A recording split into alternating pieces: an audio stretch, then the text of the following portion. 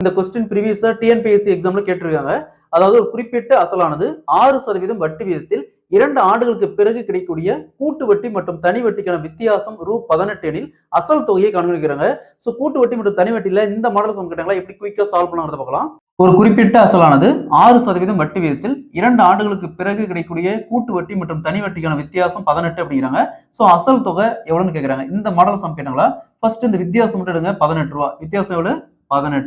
18 into next இங்க பாருங்க, வட்டி 6%. 6% எப்படி எழுதுவோம்? 6 வகுத்தல் சதவீதத்துக்கு 100 ரைட் பண்ணுவோம். இது அப்படியே ரிவர்ஸ்ல 100 வகுத்தல் 6 இன்ட்டு 100 வகுத்தல் 6. 2 வருஷம் சொல்லியிருக்காங்க. அப்ப 2 டைம் 100 வகுத்தல் 6 ரைட் பண்ணிக்கோங்க. நெக்ஸ்ட் இங்க கேன்சல் பண்ணா 18 6 கேன்சல் பண்ணா 3. நெக்ஸ்ட் இங்க 6 3 கேன்சல் பண்ணா 2.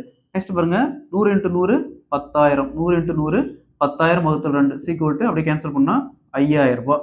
சோ அசல் 5,000 ரூபாய். அசல் எவ்வளவு? 5,000 ரூபாய். Option B is the correct answer. இதே மாதிரி இந்த சம் பாருங்க, ஒரு குறிப்பிட்ட அசலானது 2% வட்டி வீதத்தில் 2 ஆண்டுகளுக்கு பிறகு கிடைக்கக்கூடிய கூட்டு வட்டி மற்றும் தனி வட்டிக்கான வித்தியாசம் ரூ. 4 எனில் அசல் தொகை கணக்கிக்கிறாங்க. இதே மாதிரி இந்த சம் சால்வ் பண்ணிக்கிற ஆன்சரை கமெண்ட்ல போடுங்க. இந்த சம் சால்வ் பண்ணவே இந்த மெத்தட் எப்படி சம் கேட்டாலும் சரி நீங்க சால்வ் பண்ணிடலாம்.